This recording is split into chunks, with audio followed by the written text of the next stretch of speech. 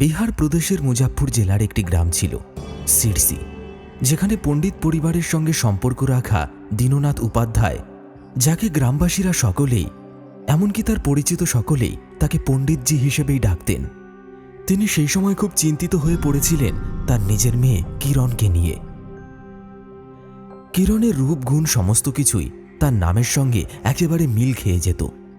পণ্ডিতজি আর তার স্ত্রী তাকে খুবই ভালোবাসত, কিন্তু ভাগ্যকে কে বদলাতে পারে? সে ছিল বিধবা এবং অসহায়। শুধু একবারই নয়, সে দুবার বিধবা হয়েছিল।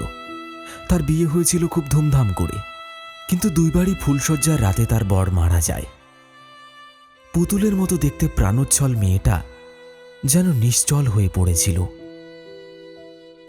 পণ্ডিতজি যখনই তাকে দেখত, তখনই তার বুকের ভেতরটা যন্ত্রণায় যেন ফেটে যাওয়ার উপক্রম হতো। এরমভাবেই বেশি দিন চললে মেয়ের চিন্তায় সে হয়তো মারাই যাবে। একদিন সে বাড়ির সামনে আম গাছের নিচে একটা ছোট্ট খাটিয়া পাচ্ছিল, তখনই পাশের গ্রাম থেকে কালু নামে একজন এলো।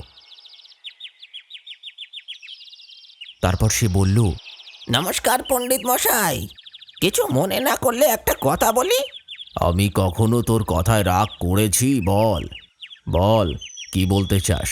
পণ্ডিতজি, আমি জানি আপনি এখন কেমন পরিস্থিতির মধ্যে দিয়ে যাচ্ছেন। এইরকম একটা পরিস্থিতিতে আপনি নিজেকে শক্ত করে রেখেছেন, এটা কোনো ছোট কথা নয়। তবে আমি আপনার দুঃখ ভাগ করতে এসেছি। আসলে আমি কিরণের বিয়ের ব্যাপারে কিছু বলতে চাই। এই বয়সেই বিধবা, তার সামনে তো পুরো জীবনটা রয়েছে। আমার মেয়ে কিরণের ব্যাপারে তো সবাই জানে কালু। এখন তো মানুষ তার বিয়ের কথা শুনেই পালিয়ে যায়। তুই কি কোথাও কোনো পাত্র দেখেছিস? দেখেছি তো, পাটনার ত্রিবেদী বাবুর ছেলে আছে, খুব ভালো পরিবার।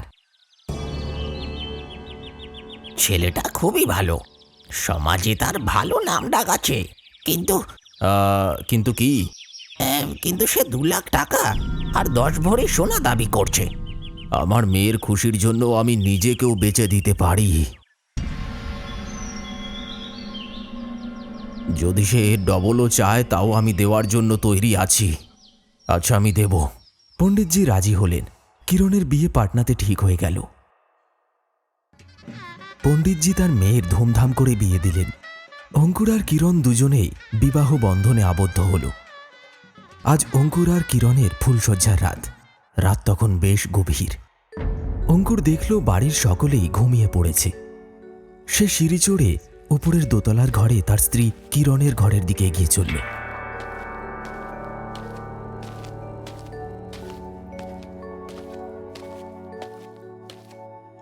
কিন্তু ঘরের কাছে পৌঁছতেই সে একটা অদ্ভুত গন্ধ পেল।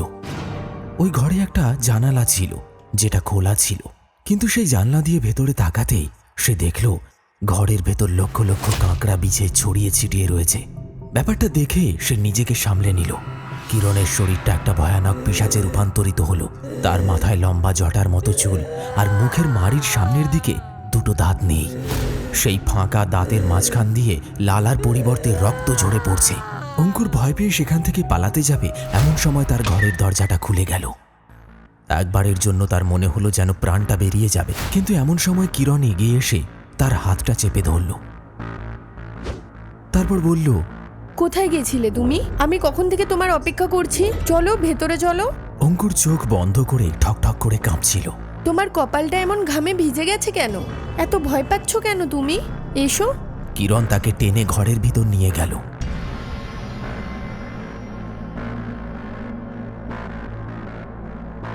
অঙ্কুর কিরণকে দেখার বদলে ঘরটা ভালো করে দেখতে লাগলো। ঘরের ভেতর তারা দুজন ছাড়া আর কেউ নেই। কিরণ তাকে শুইয়ে দিয়ে ঘরের আলো নিভিয়ে দিল। সে তো ঘুমিয়ে গেল, কিন্তু আর উঠল না। সে ঘুমের মধ্যেই তার শরীরের ওপর ভারী একটা কিছুর অনুভব করল। পিশাচ তখন একভাবে গর্জন করেই চলেছে। কিরণ ততক্ষণে ঘুমিয়ে পড়েছিল। ওইদিকে ওই পিশাচ একটা ভয়ানক সাপের রূপে রূপান্তরিত হলো। তারপর সেই সাপের রূপে পিশাচ অঙ্কুরের গলায় কামড়ে বিষ দাঁত ফুটিয়ে দিল।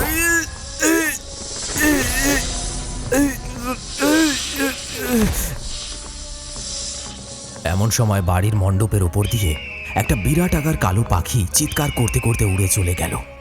সেই পাখির ডাকটা এতই ভয়ানক যে যে কেউ শুনলে তার বুকটা কেঁপে উঠবে। বড়ই ভয়ঙ্কর পাখি ছিল সেটা। অঙ্কুরের ভয়ানক চিৎকার শুনে কিরণ তড়িঘড়ি উঠে পড়ল। তারপর সে তাড়াতাড়ি আলোটা জ্বালল, কিন্তু ততক্ষণে অনেক দেরি হয়ে গেছে। অঙ্কুরের সারা শরীর নীল বর্ণ ধারণ করেছে। পার্টনার ত্রিবেদীবাবুর বাড়ির লোকের মাথায় যেন আকাশ ভেঙে পড়ল। গতকালই নতুন বউ এসেছিল, আর আজ এই দুর্ঘটনা। ভাগ্যের পরিহাস থেকে কি আর বাঁচা যায়? কিরণ আবার বিধবা হয়ে গেল। কিছুদিন সে শ্বশুর বাড়িতে থাকল, কিন্তু শ্বশুর আর শাশুড়ির কথা সে আর সহ্য করতে পারছিল না। প্রতিদিন শ্বশুর আর শাশুড়ি তাকে একটাই কথা বলতো, তোর ব্যাপারে আমরা ঠিক কথাই শুনেছিলাম। তুই সত্যিই অপয়া। আমার ছেলেকে খেয়ে নিয়েছিস তুই, নাগিন। শেষ পর্যন্ত কিরণ আবার তার বাবা মায়ের কাছে ফিরে আসে।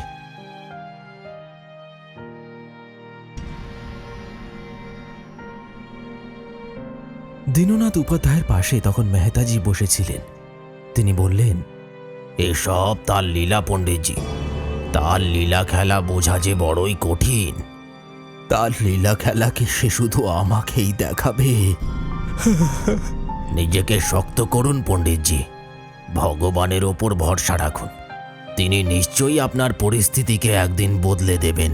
তখনই সেখানে সাধুর সঙ্গে একটা সুদর্শন ছেলে আর তার বাবা সেখানে এসে উপস্থিত হয়। তাদেরকে এগিয়ে আসতে দেখে পণ্ডিতজি খাটিয়া ছেড়ে উঠে দাঁড়ালেন আর বললেন, আরে বাবা, আমার কি সৌভাগ্য যে আপনি আমার গৃহে এসেছেন। আমাদের তো ভাগ্য খুলে গেল। আসুন বাবা, বসুন বসুন। আমরা এখানে বসতে আসিনি, কিছু ঠিক করতে এসেছি। বলুন বাবা, আপনি বলুন, কি ঠিক করবেন? আমরা কি করব? আমি আপনার মেয়ের জন্য এই ছেলেটির সম্বন্ধ নিয়ে এসেছি। উনি শুক্লাজির সুপুত্র বিজয়বাবু। ওনার বিয়ে হয়েছিল, কিন্তু বেচারি সন্তান জন্ম দিতে গিয়ে চলে গেলেন। আমরা আপনার মেয়ে কিরণের হাত চাইতে এসেছি। বিজয়বাবুকে নিয়ে আপনার কি মনে হয়? কিন্তু বাবা, আপনি তো আমাদের মেয়ে কিরণের ব্যাপারে জানেন সব। আমি সব জানি উপাধ্যায়জি, আর আজই হলো সেই দিন যেই দিনে ওদের দুজনকে প্রেমের সূত্রে আবদ্ধ করা যায়। আপনি না করবেন না। সাধু বলল,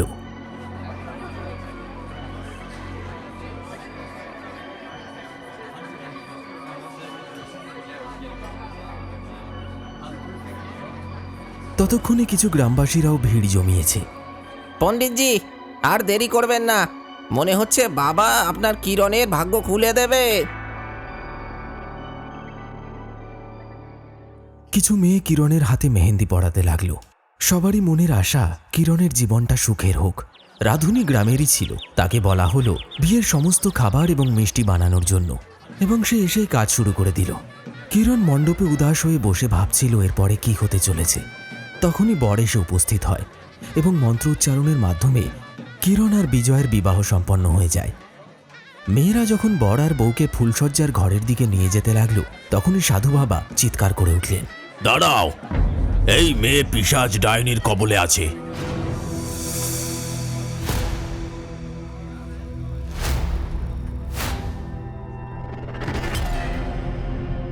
আমি ওকে শুদ্ধ করে ঘরে পাঠাবো, নয়তো এই ছেলেটির সঙ্গেও সেই ঘটনাই ঘটবে যেগুলো তার আগের স্বামীদের সঙ্গেও হয়ে গেছিল।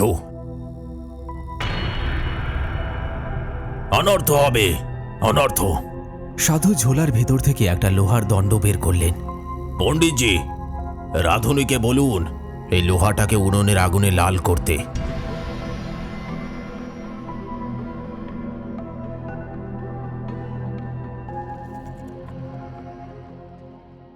কিন্তু এসব কেন বাবা? এই কারণেই পণ্ডিতজি, কারণ আপনার মেয়ের দেহের ভিতরে পিশাচ আর তার ডাইনি 9 মুখ নাগিনের রূপে বাস করছে। যতক্ষণ না আমি তাদের মারতে পারছি আমার শান্তি হবে না। আর যদি এমনটা না করি তবে সে ছেলেটিকে মেরে ফেলবে। সে কিরণকে নিজের বশে করে রেখেছে। ওই পিশাচ কিরণকে বউ বানিয়ে সারা জীবন রাখতে চায়। এই কিরণ ছোটবেলা থেকেই ওদের বশে চলে এসেছিল। আমিও তোমার মেয়ের ব্যাপারে মানুষের মুখে অনেক কথাই শুনেছি, কিন্তু আমি ভাবতাম হয়তো এটা তার ভাগ্য।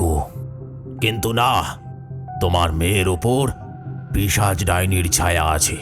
আজ ওই পিশাচ ডাইনির শেষটা আমার হাতে সম্পন্ন হবে। সাধু চিৎকার করে উঠল। রাধুনি লোহার পাতটাকে লাল টকটকে করে গরম করে নিয়ে এলো।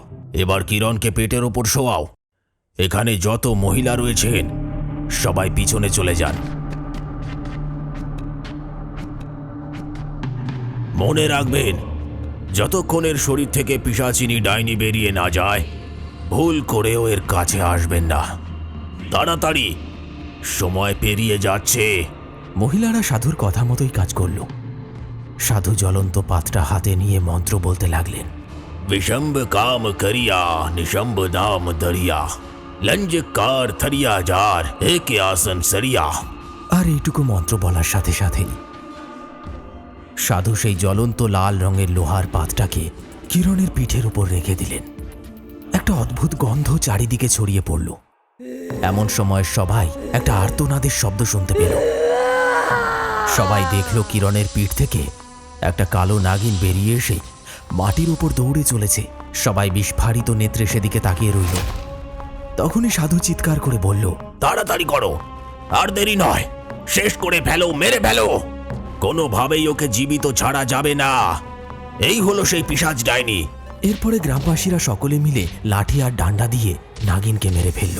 আর একটা আলোর রশ্মি সেই সাপের ভেতর থেকে বেরিয়ে আকাশে বিলীন হয়ে গেল।